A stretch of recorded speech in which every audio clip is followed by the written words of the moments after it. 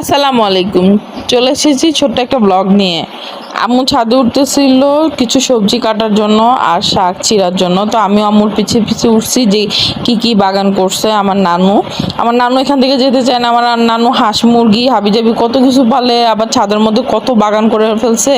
তো আমি দূর থেকে দেখলাম যে উমা ড্রাগন হয়েছে, ছোট্ট ছোট ড্রাগন হয়েছে, কি সুন্দর। আর দুইটা হয়েছে বড় বড়, ওই দুইটা কেটে নিছে, আমি পিকচারে অ্যাড করে দিব।